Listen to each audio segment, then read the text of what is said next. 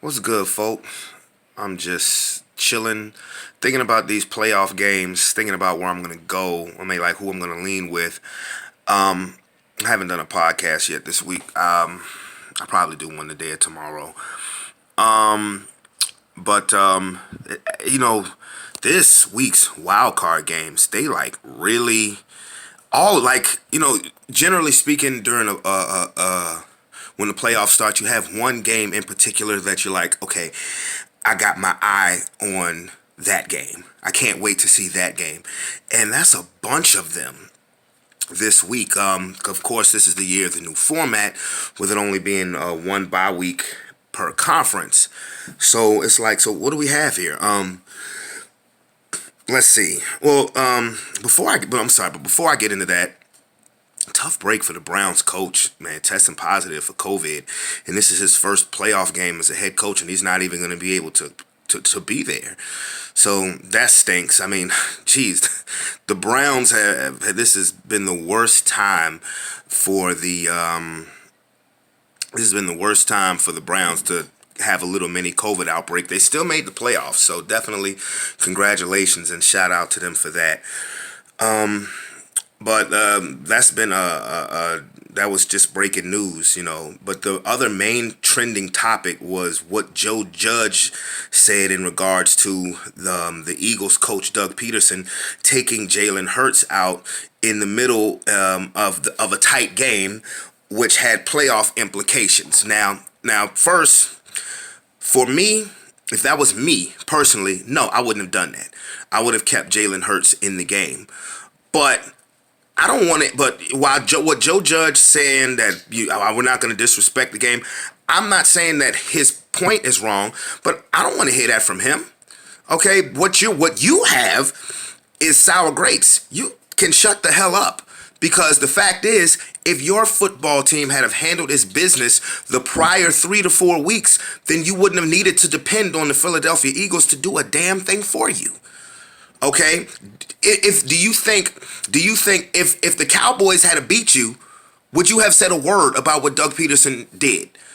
If Dallas had beat the Giants, would you, Joe Judge, have opened your mouth, at least publicly, about what Doug Peterson did as far as quote unquote disrespecting the game? You would not.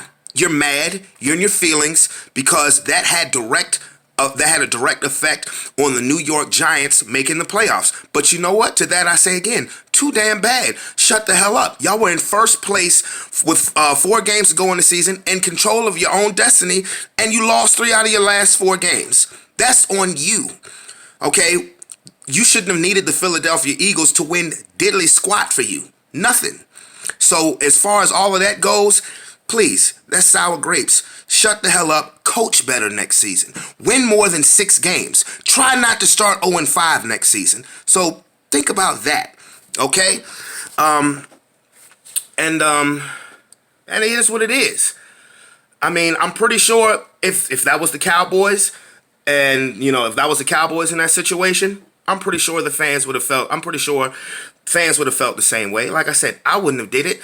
But again, don't leave it up to anybody else to control your playoff fate or your playoff destiny.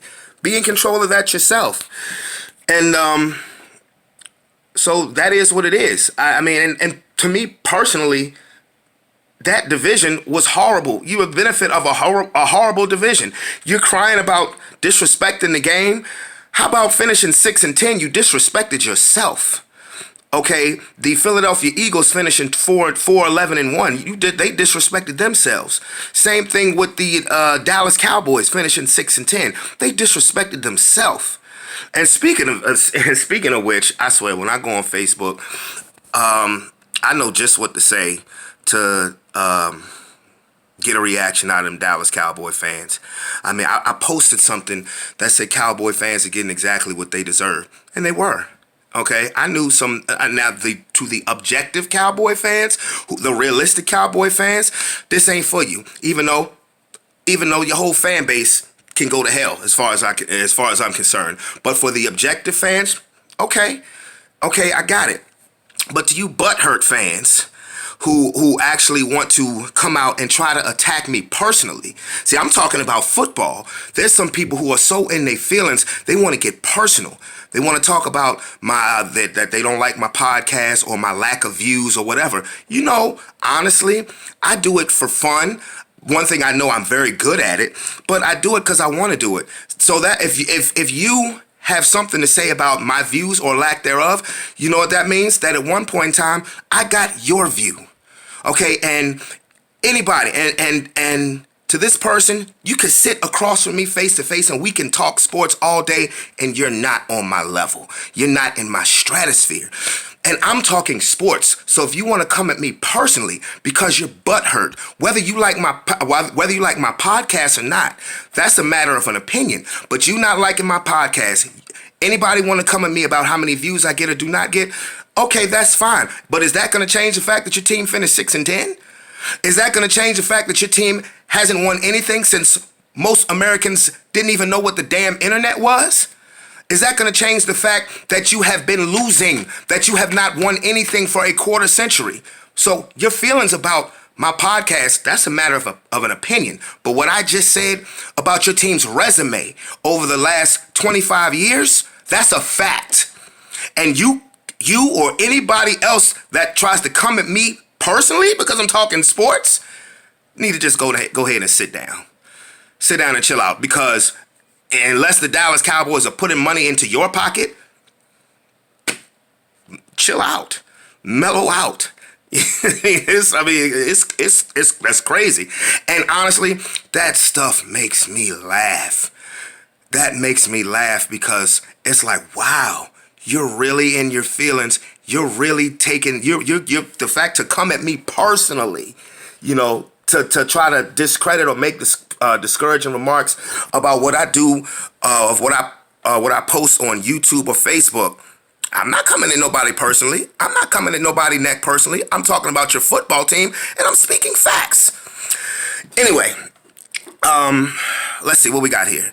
The Colts and the Bills. Yeah, I think the Bills are going to win that one. Now, I will say that I don't think it's going to be a blowout. Phillip Rivers is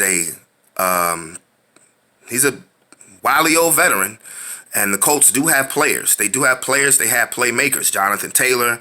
You still got T.Y. Hilton. Goddamn, Mo Alley Cox cost me $70,000. Cost me over $70,000. Man, I'm serious. Mo Alley Cox, because of my FanDuel list, you know, with the team that I had constructed, I didn't have much left, but I know that Mo Alley Cox is a red zone threat for the Colts. And man, he didn't get a single catch, and it caught. Even if he had if he had got about 6 or 7 points, cost me over $70,000, man. Damn. Anyway, I'm going with the Bills, but I think that's going to be a very tight game. And then you have what else? What else do you have?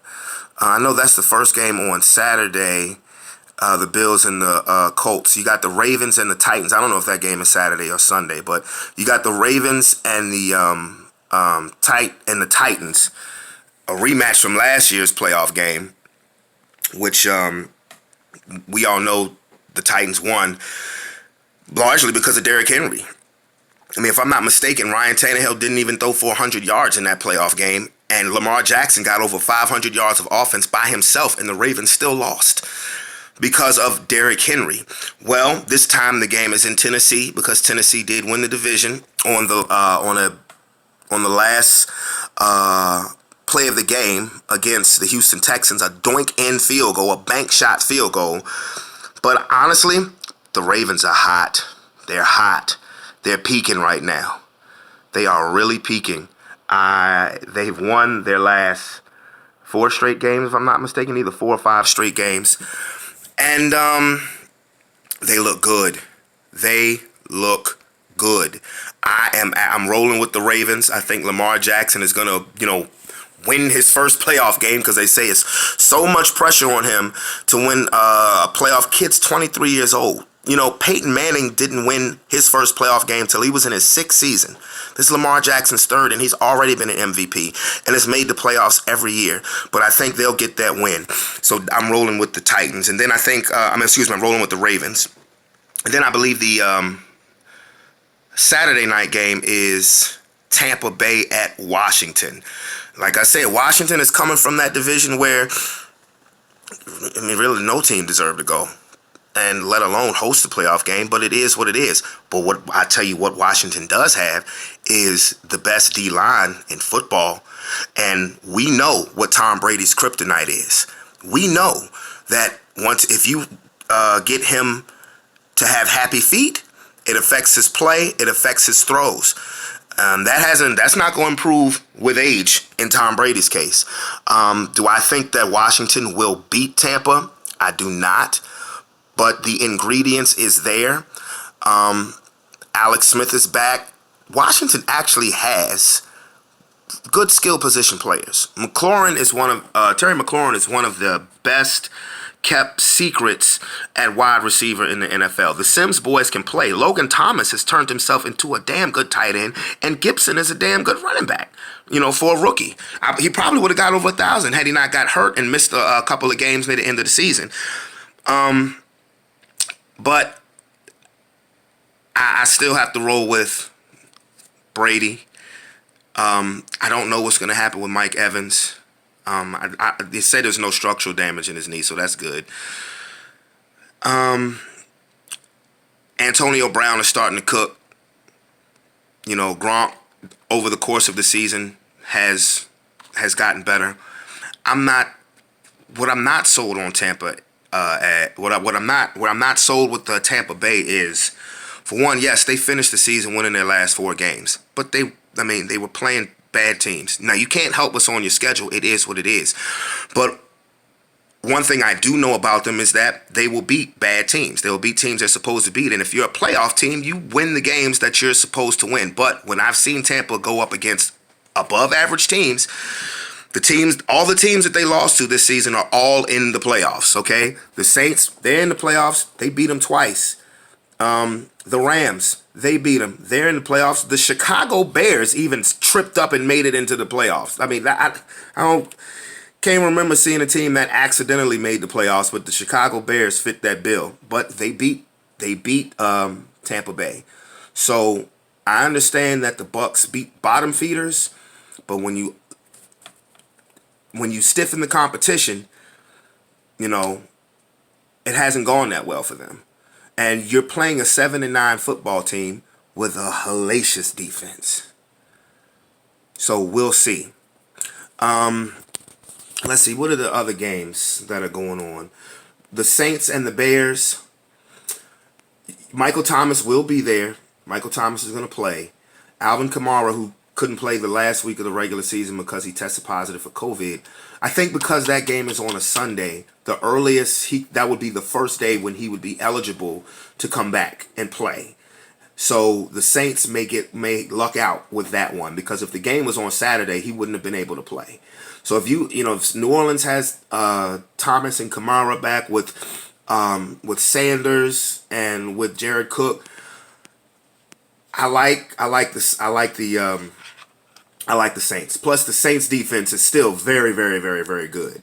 And Mitch Trubisky has played better since he's been back in the starting lineup. But the Bears are what they are. They're 8-18.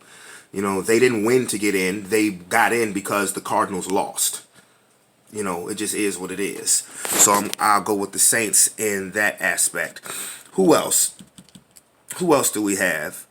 Let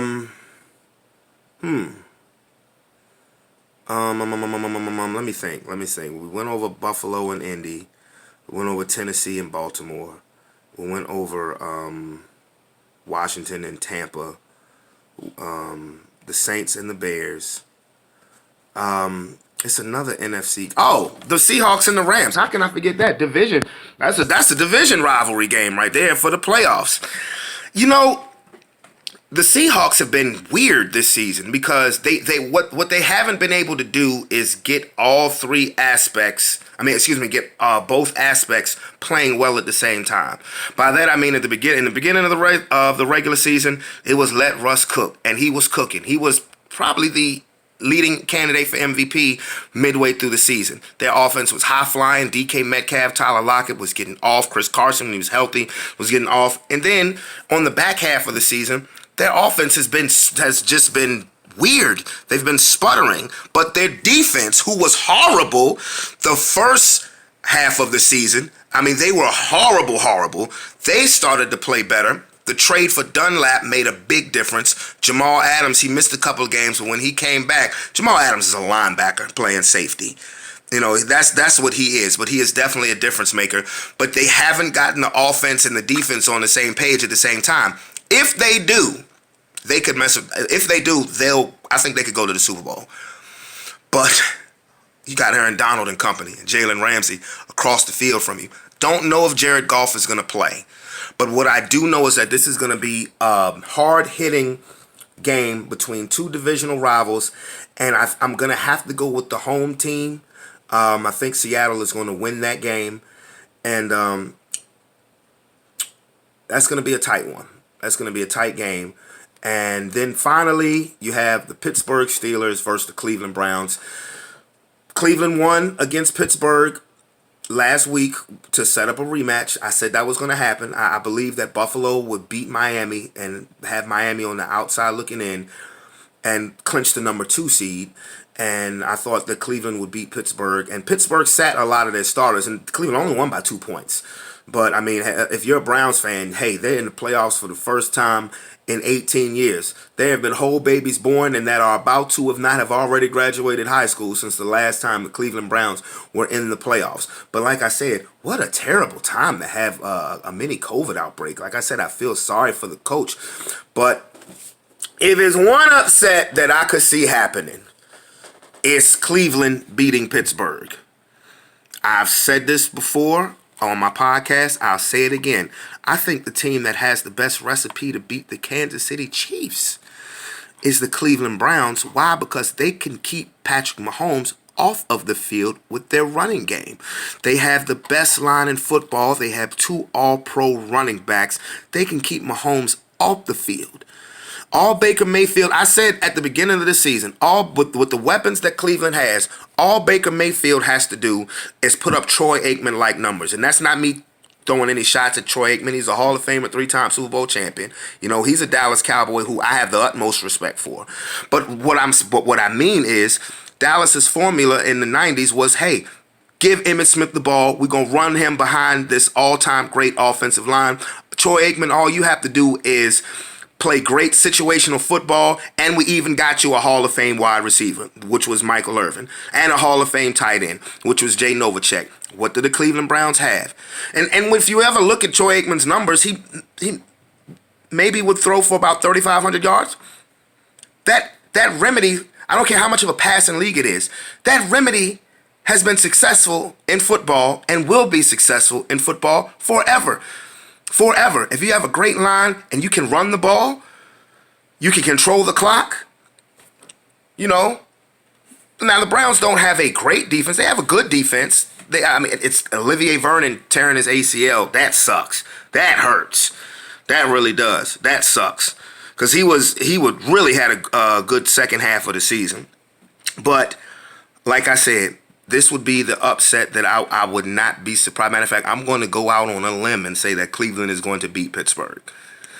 I am. I know Big Ben is going to be back. I understand they just beat Pittsburgh's backups by 2. And I understand that their coach just caught COVID. It was announced today. But that doesn't mean that the team is going to get coached any differently. All Baker Mayfield has to do is what he's been doing all season. Get that rock to Chubb and Kareem. Play good situational football. You still got Jarvis Landry. You still got DPG. You still got Hooper. You still got Njoku. You still got Higgins. You still got weapons. That's all he has to do. Because Cleveland's defense, they're great against the run, and Pittsburgh can't run the football. They can't.